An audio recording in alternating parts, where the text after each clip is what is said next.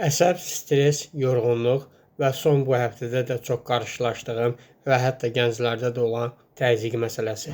Bunun əsas səbəbləri nədir? Bu günləri bundan danışmaq istəyirəm. Analizlər nəticəsində ən çox qarşılaşdığım bu problemlərin bir nömrəli səbəbi qan azlığıdır. Daha sonra qan damarlarda tıxanma olması səbəbləri.